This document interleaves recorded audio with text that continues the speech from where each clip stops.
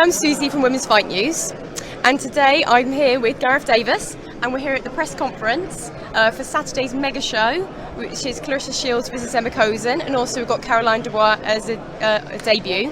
So really, I wanted to ask you, Gareth, about the women's fights and how. Well, I mean, it's very exciting to see Caroline Dubois' debut. I've known her for a few years. She obviously went to the Olympics as a very young woman last year and didn't win a medal.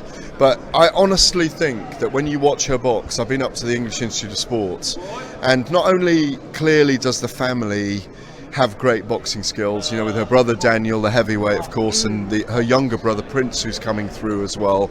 Dad Stan has had them in the gym since they could walk, basically.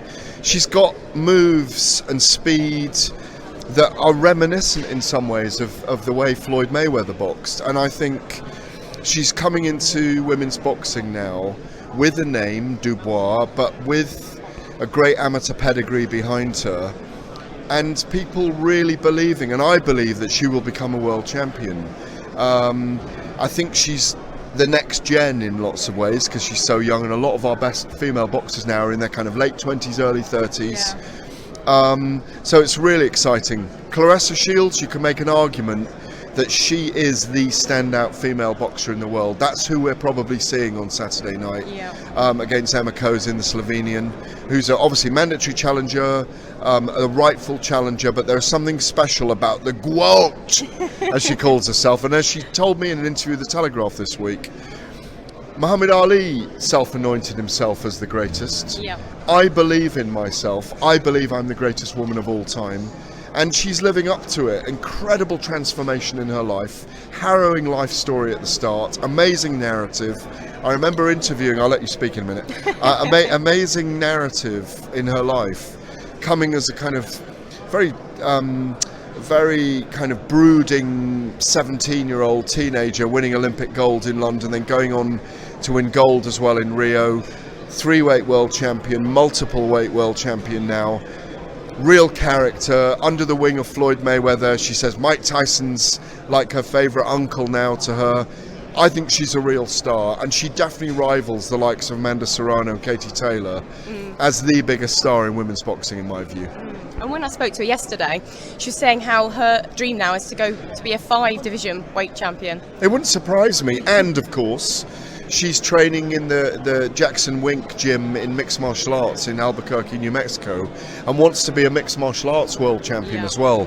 You know, and I cover that sport, and I think she's got the tenacity and the athleticism and the youth. She's still only 26 to be able to do that, even though she lost her last fight in MMA. Yeah, and that's it, because she's going up the right way, isn't she? Instead of just going in as like just to show, you know, just to say, oh, I'm just Claressa and I go against anyone in MMA. She's gone from the beginning, learning the trade and working her way up. So I don't feel like there's any shame in her having lost that fight, because she's working her way up from the bottom. It's a weird thing in MMA. An unbeaten record doesn't really matter in MMA. It kind of matters in boxing in the way that traditionally it works, that, you know, when your O goes, you have to rebuild in boxing. It's not the same in MMA. But she's a neophyte. She's very green, you know, she's just starting out. So, but, you know, hats off to her. I mean, Holly Holm did both, you know, and kickboxing as well. So, that, you know, there are, I think it's harder in the men's code of fighting to be a world champion in both, because the depth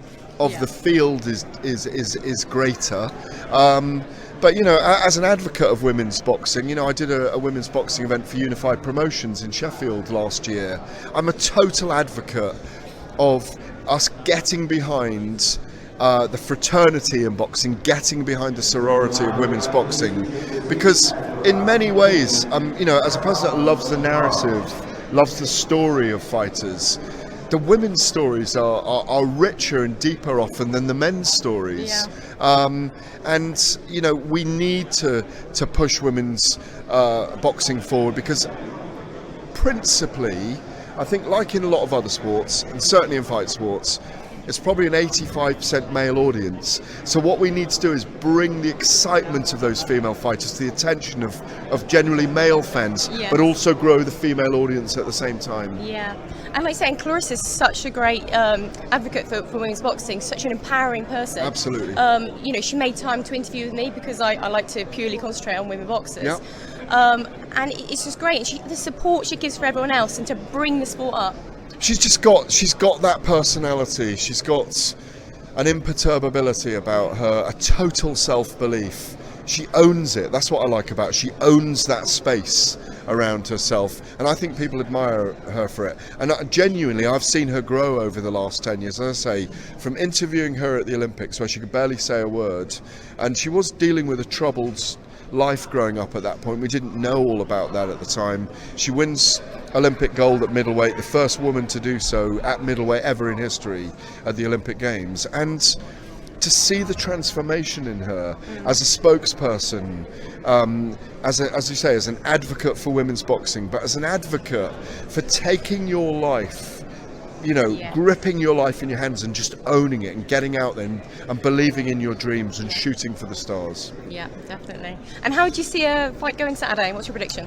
I think she wins on points against Emma Kozin. I think it'll be a tough fight. I think unless she really goes heavy-handed, and she does spar with a lot of men and is heavy-handed in the sparring, unless she decides to do that, I think it's going to be a comfortable points victory for her against Emma Kozin, the Slovenian, and I think Caroline Dubois will win on her debut as well. Yeah, and gosh, did she hit hard when I saw her ringside on the pads at the yesterday. Absolutely, but what she's explained is, in women's fights, she prefers to be more technical. When she spars with the guys in the 5th Street gym in Miami, places where she sparred with the Charlos and different people, she just goes for it, and she tries to go hard at the men, and they come back hard, and she really enjoys it. No, she's incredible. She's a terror. The Gwoat is a terror. Brilliant. Well, thank you very much, Gareth. My pleasure. Thank you. Thank you for watching, and if you enjoyed the video, please hit like.